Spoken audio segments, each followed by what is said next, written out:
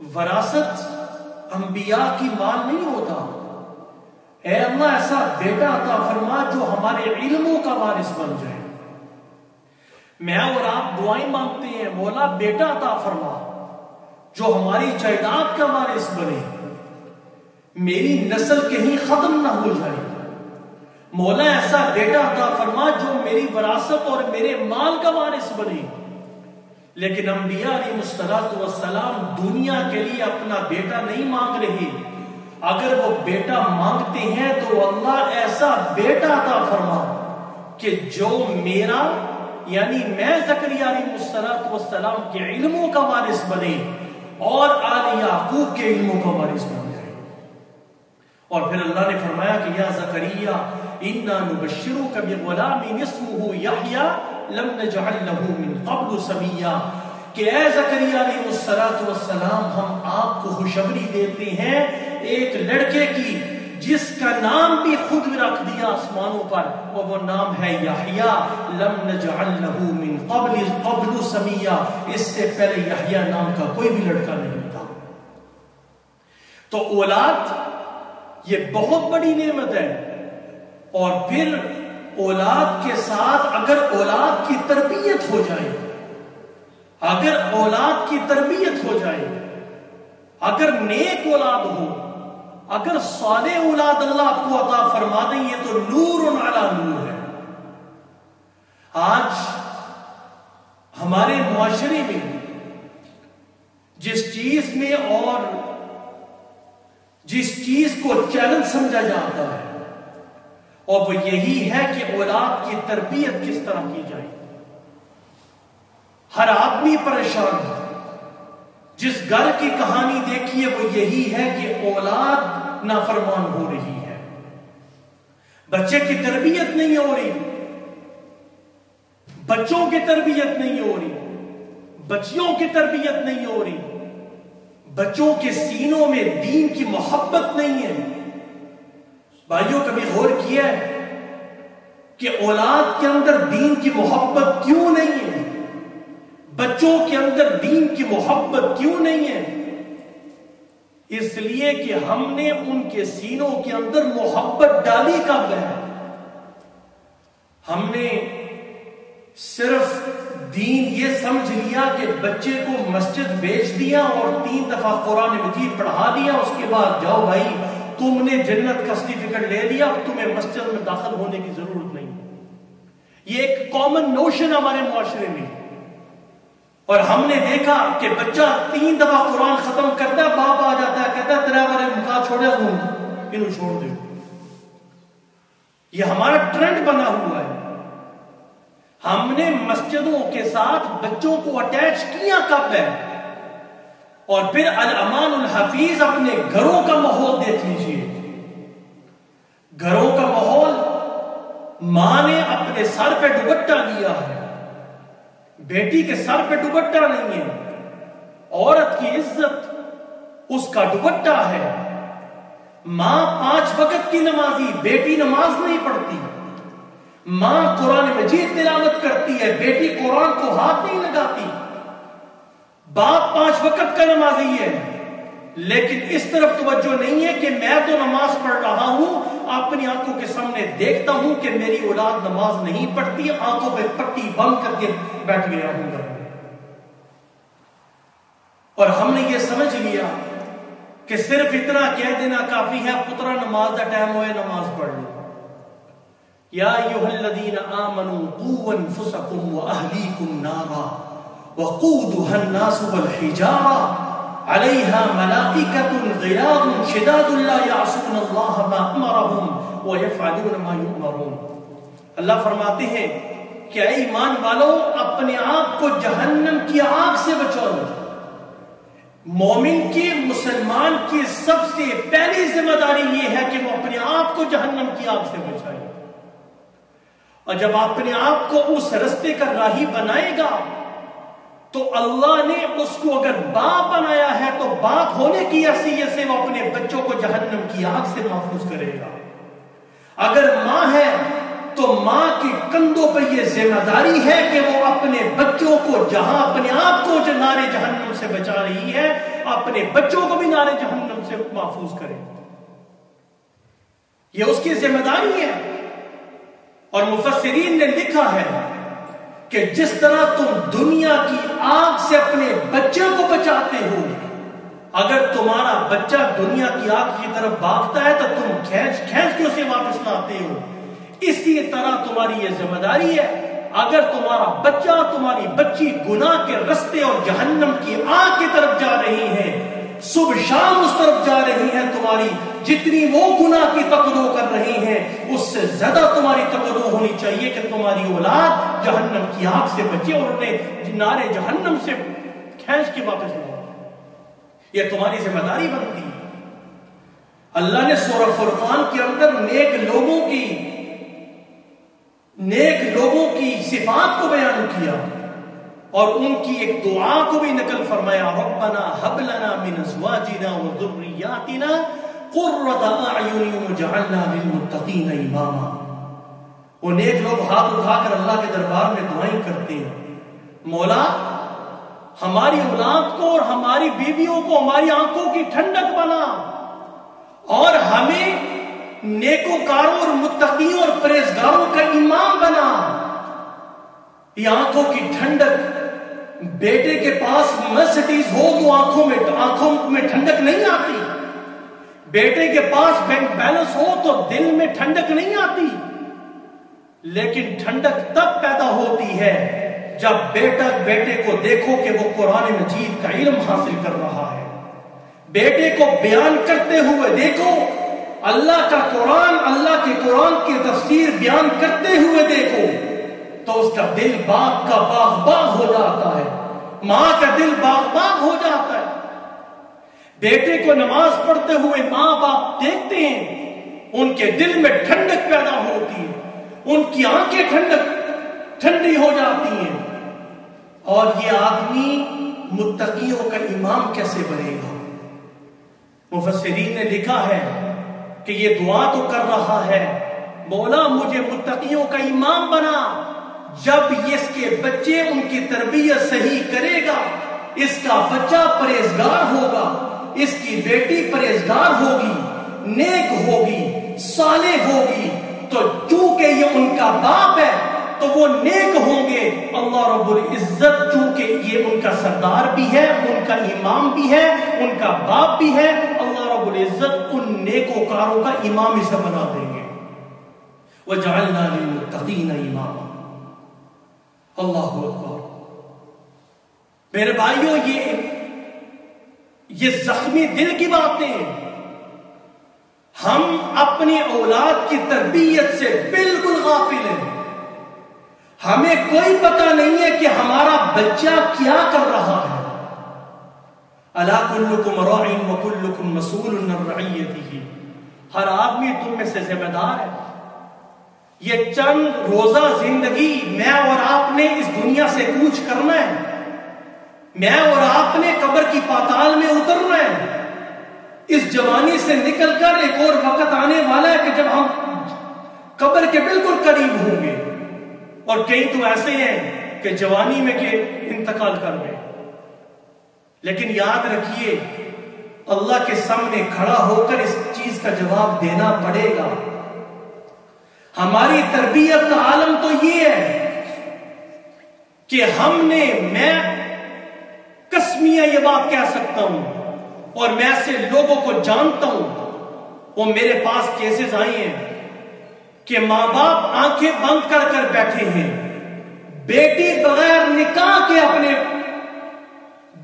اپنے اس شخص کے پاس جو اس کا پہلا شوہر تھا، بغیر نکاح کے رکھا ہوا ہے، اس ڈر سے کہ معاشرے والے کیا کہیں گے. اگلے دن ایک خاتون کا فون آیا، اس نے مسئلہ پوچھا طلاق کا. میں نے کہا یہ طلاق ہو گئی اور ہمیشہ ہمیشہ کے لیے یہ شخص اس پر حرام ہو گیا. کہنے لگی کہ وہ پاکستان والے کہتے ہیں کہ لوگوں کو کیا پتا ہے کہ طلاق ہوئی ہے یا نہیں، چھوڑ دو معاملے کو، ٹھپ کر دو، لوگوں کو کیا پتا طلاق ہوئی ہے یا نہیں. لوگوں کو بھلے نہ پتا ہو کہ طلاق ہوئی ہے ہی نہیں، اللہ رب العزت وہ آپ کو دیکھ رہے جس کے سامنے. اور یاد رکھو تم یہ سمجھ رہے ہو کہ لوگوں کو نہیں پتا، جس گھر کے اندر زنا ہو رہا ہے اللہ تمہیں بھی ذلیل کریں گے، اور جو زنا کر رہی ہیں ان کو بھی ذلیل کیا جائے گا. یہ مت سمجھو کہ ہم نے دنیا سے چھپا کر اپنی بیٹی کو غیر کے گھر میں بیچ دیا. یاد رکھو جہاں وہ مجرم ہے زنا کرنے والا اور جو فیسیلیٹیٹ کر رہے ہیں ماں باپ اور بات کو چھپا رہے ہیں، کل قیامت کے دن وہ بھی جہنم کا ایندھن بنے گے. میرے بھائیو، قرآن مجید کے اندر اللہ رب العزت نے سورۃ الرحمن نازل فرمائی. یہ وہ سورت ہے جس کے بارے میں اللہ کے نبی صلی اللہ علیہ وسلم نے فرمایا کہ ہر جمعہ کو جنت کے اندر اللہ سورۃ الرحمن تلاوت فرمائیں گے. یہ وہ سورت ہے، یہ سورۃ الرحمن 78 آیتوں اور 351 حروف اور 1636 کلمات پر مشتمل سورت ہے. اس سورت کے اندر اللہ رب العزت نے اپنی نعمتوں کا تذکرہ کیا، بارہا مرتبہ تکرار کے ساتھ. فَبِأَيِّ آلَاءِ رَبِّكُمَا تُكَذِّبَانِ فَبِأَيِّ آلَاءِ رَبِّكُمَا تُكَذِّبَانِ. تم اپنے رب کی کون کون سی نعمت کو جھٹلاؤ گے؟ اس سے پہلی سورت کے اندر اللہ رب العزت نے سورہ قمر کے اندر، جو اس سے پہلی سورت ہے، اس کے اندر جو نافرمان لوگ ہیں ان کا تذکرہ کیا، جن قوموں پر عذاب بھیجا ان کا تذکرہ کیا. جس طرح اس سورت کے اندر فَبِأَيِّ آلَاءِ رَبِّكُمَا تُكَذِّبَانِ تکرار کے ساتھ بیان کیا گیا، اس سورت کے اندر اللہ فرماتے ہیں فَكَيْفَ كَانَ عَذَابِي وَنُذُرِ فَكَيْفَ كَانَ عَذَابِي وَنُذُرِ. میرا عذاب کیسا تھا، بار بار اس چیز کو بیان کیا گیا. اس سورت کے اندر اس کا شان نزول بھی ضمناً سن لیجئے. میں اپنے مدعا کی طرف آتا ہوں. جو کفار مکہ تھے، مشرکین مکہ، وہ اللہ کو دوسرے ناموں سے تو پہچانتے تھے، رحمان کے نام سے نہیں پہچانتے تھے. جب انہیں یہ کہا گیا کہ تم رحمان کی عبادت کرو تو کہنے لگے مر رحمان، یہ رحمان کون سی چیز ہے؟ تو اللہ رب العزت نے سورۃ الرحمن نازل فرمائی. اور اس سورت کے اندر اللہ نے جا بجا اپنی نعمتوں کا تذکرہ کیا. اللہ نے نعمتوں کا تذکرہ کر کے اس سے پہلی سورت کے اندر نافرمانوں کا تذکرہ کر کے انسانوں کو تنبیہ کی ہے. اے انسانوں، اگر تم نے قرآن مجید کے علم کو پس پش پھینکا، اگر تم نے دینی علوم کو پس پش پھینکا، اگر تم نے اللہ اس کے رسول کے حکموں سے حکم عدولی کی، تو یاد رکھو تمہارا وہی حشر ہوگا کہ جس کا تذکرہ سورہ قمر کے اندر موجود ہے. اور یاد یہ بھی تنبیہ کر دی، یہ اس طرح بھی متوجہ کر دیا، اے انسان تجھے میں نے اتنی ساری نعمتیں دی ہیں، فَبِأَيِّ آلَاءِ رَبِّكُمَا تُكَذِّبَانِ. تو اپنے رب کی کون کون سی نعمت کو جھٹلائے گا؟ تو جھٹلا سکتے ہی نہیں ہے. بارش کی قطروں سے زیادہ اللہ رب العزت نے تم پر اپنی رحمتوں کا نزول کیا. اور اللہ فرماتے ہیں الرحمن علم القرآن خلق الانسان علمہ البیان. اللہ نے الرحمن کی صفت کو یہاں بیان کر کے 3 نعمتوں کا تذکرہ کیا. الرحمن، رحمان وہ ہے جس نے قرآن مجید کی تعلیم دی. آج قرآن مجید کی تعلیم کی اہمیت ہمارے سینوں میں نہیں ہے. دینی علوم، کسی مفتی کا نام لیا جائے، کسی عالم کا نام لیا جائے، قدم مولوی جی چھٹو تھوڑا. ہمارے پاس دنیاوی علوم ہونے چاہیے. اگر تمہارے پاس دنیاوی علوم ہیں، تمہیں جینے کا سلیقہ نہیں ہے. تمہارے پاس دنیاوی علوم ہیں اور وہ دنیاوی علوم تمہیں جنت تک نہ لے کے جائیں تو ان علوم کا کیا فائدہ؟ بھائی دنیاوی علوم سیکھیے، بہت ضروری ہیں. لیکن یہ دنیا کی حد تک ہے، دنیاوی علوم، ان کا آخرت میں کوئی تعلق نہیں ہے۔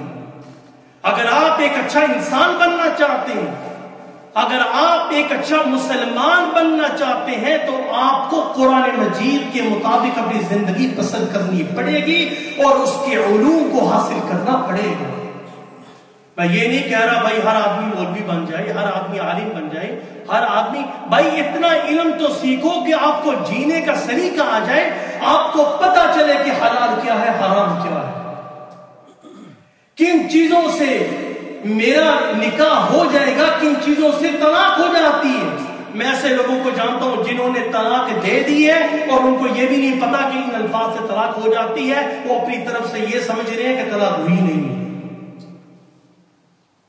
اللہ اکبر۔ الرحمن علم القرآن، رحمان وہ ہے جس نے قرآن مجید کی تعلیم دی۔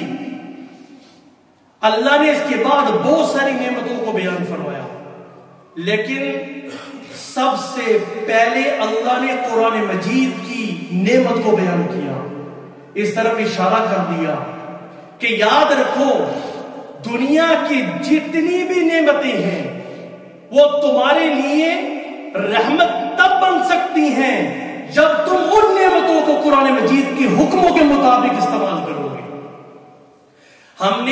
ہم کسی کافر کو دیکھتے ہیں، کسی نافرمان کو دیکھتے ہیں، کسی فاسق اور فاجر کو دیکھتے ہیں کہ اس کے پاس بڑا مال ہے، یار اس کے پاس تو بڑا مال ہے، یہ تو کتنے پیسوں کا مالک ہوگا۔ اللہ نے قرآن مجید کے اندر ارشاد فرمایا فلا تعجبك اموالهم ولا اولادهم انما يريد الله ليعذبهم بها في الحياة الدنيا۔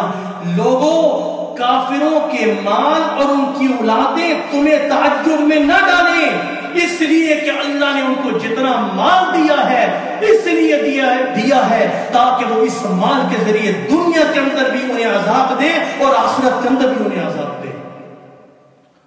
سورۃ الحجر کے اندر 14 پارے کے اندر اللہ رب العزت فرماتے ہیں وَلَا تَمُدَّنَّ عَيْنَيْكَ إِلَىٰ مَا مَتَّعْنَا بِهِ أَزْوَاجًا مِّنْهُمْ زَهْرَةَ أَزْوَاجًا مِّنْهُمْ۔ اے نبی صلی اللہ علیہ وسلم، ہم نے کافروں کو جو مال دیا ہے جس سے وہ فائدہ اٹھائیں، آپ اپنی نظر اس طرف نہ کریں، اس لیے کہ وَلَقَدْ آتَيْنَاكَ سَبْعًا مِّنَ الْمَثَانِي وَالْقُرْآنَ الْعَظِيمِ، ہم نے آپ کو کتاب کی ایسی سورت عطا فرمائی ہے 7 آیتوں والی جو بار بار تلاوت کی جانے والی ہے، اور ہم نے آپ کو قرآن دیا ہے۔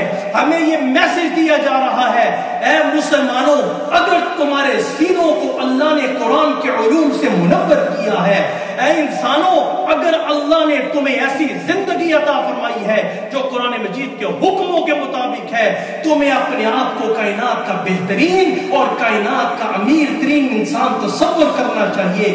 اس مال کو کیا کرنا کہ جس مال کے ذریعے اللہ آپ کو آزمائے، اس مال کو کیا کرنا جس مال کے ذریعے اللہ آپ کو عذاب دے۔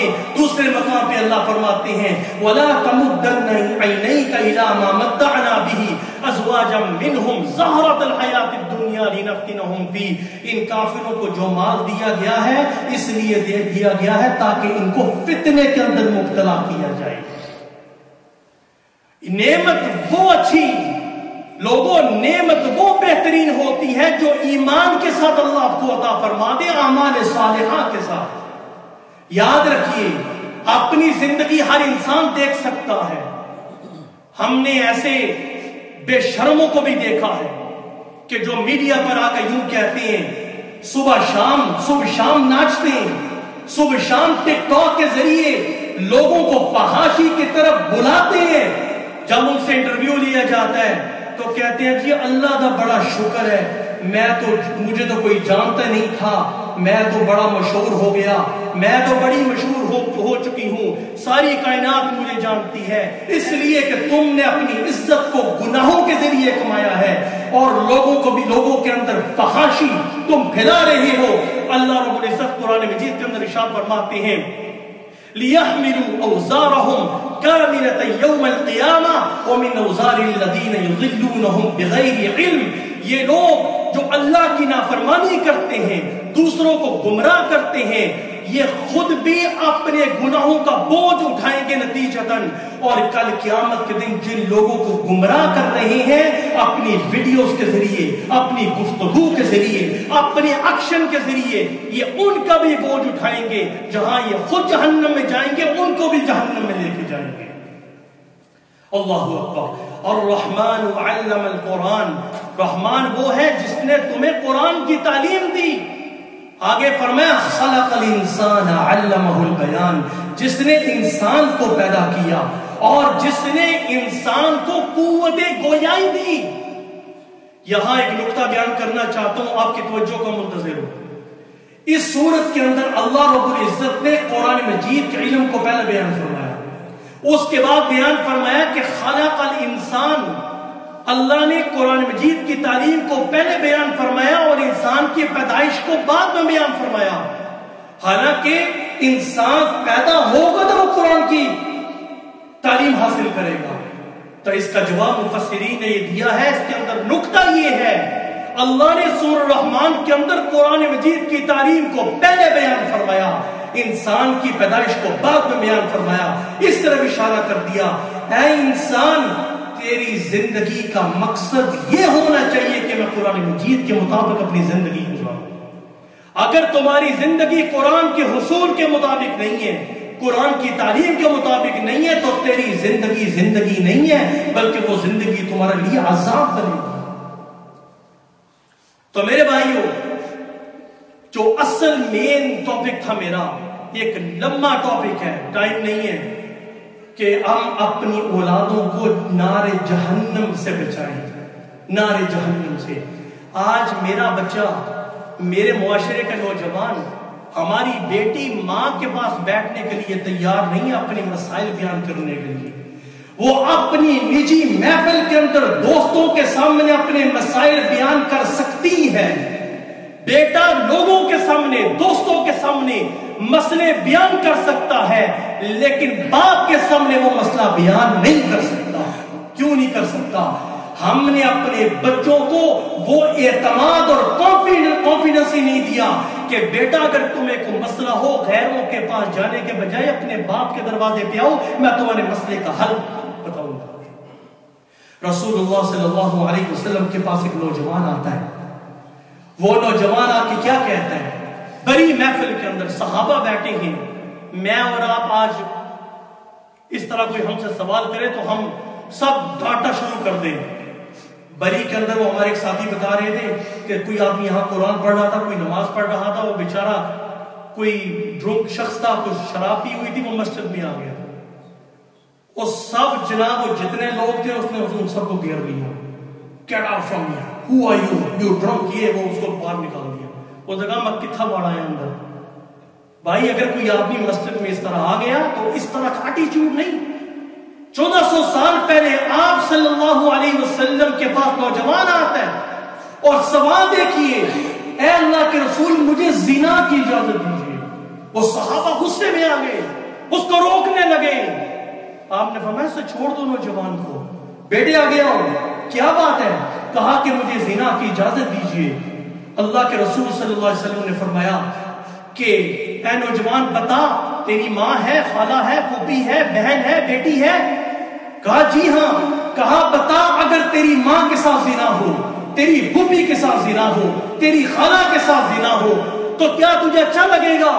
میری غیرت گوارا نہیں کرے گی؟ تو اے نوجوان، جس عورت کے ساتھ تو زنا کرے گا وہ بھی تو کسی کی بیٹی ہوگی، کسی کی ماں ہوگی، کسی کی بہن ہوگی. پھر رسول اللہ صلی اللہ علیہ وسلم نے اس کے سینے پہ ایسے ہاتھ مارا اور آپ نے فرمایا اللہم اغفر ذنبا وطہر قلبا وحسن فرجا. اے اللہ اس کے گناہ معاف فرما، اے اللہ اس کے دل کو پاک کر دے، اے اللہ اس کی شرمگاہ کی حفاظت فرما. صحابہ کہتے ہیں اس دعا کے بدولت اس نوجوان کے سینے کے اندر کبھی زنا کا وسوسہ پیدا نہیں ہوا. میرا بیٹا، میرا بھائی، میرے معاشرے کا نوجوان جب اپنے باپ کے پاس جاتا ہے اور ہمیں ایسی رپورٹس ملی ہیں، ایسی باتیں ملی ہیں کہ جب وہ جگہ اپنے باپ کو اپنا مسئلہ بتاتا ہے تو باپ اسے الٹی دھمکیاں دیتا ہے اور وہ نتیجتاً کیا ہوتا ہے کہ بیٹا باغی ہو جاتا ہے اور بعض ایسے نوجوان ہیں کہ ہم نے ان کو دیکھا ہے کہ وہ ایسی نہج پہ پہنچ جاتے ہیں کہ وہ دارِ اسلام سے بھی خارج ہوتے ہیں۔ خدا کی قسم آخری بات کہنے لگا ہوں، لوگوں آپ باپ ہیں، کل قیامت کے دن اللہ ہم سب کو محفوظ فرمائے، اس باپ پر کیا حالت ہوگی کہ جو کھڑا ہوگا اللہ کے کٹہرے میں اور اپنی آنکھوں کے سامنے اپنے بچے کو نارے جہنم میں جاتے ہوئے دیکھے گا، اس وقت اس کی کیا حالت ہوگی۔ توجہ کیجئے، توجہ کیجئے، اپنی اولاد کو ٹائم دیجئے۔ آپ کا قیمتی سرمایہ آپ کا مال نہیں ہے، کام نہیں ہے، دنیا کے کام ہوتے رہیں گے۔ یاد رکھیے اگر آپ نے اپنی اولاد کی تربیت کر دی تو سمجھیے کہ آپ اپنی قبر کو منور کر دیا ہے۔ اگر آپ کی بچی کی تربیت نہیں ہوئی اور آپ کی بچی رات کو 10 بجے پارک کے اندر جو ہے وہ ڈرگز پی رہی ہے اور سموکنگ کر رہی ہے، غیر مرد کے سامنے پھر رہی ہے، وہ میری بھی بیٹی ہے، وہ میری بھی بہن ہے، وہ معاشرے کے ہر شخص کی بیٹی ہے، اس کی عزت کا خیال ہر شخص کو ہونا چاہیے۔ پھر یاد رکھیے کل قیامت کے دن وہ معاملہ بھی بڑا سخت ہوگا۔ اللہ ہم سب کو عمل کرنے کی توفیق عنایت فرمائے۔ وآخر دعوانا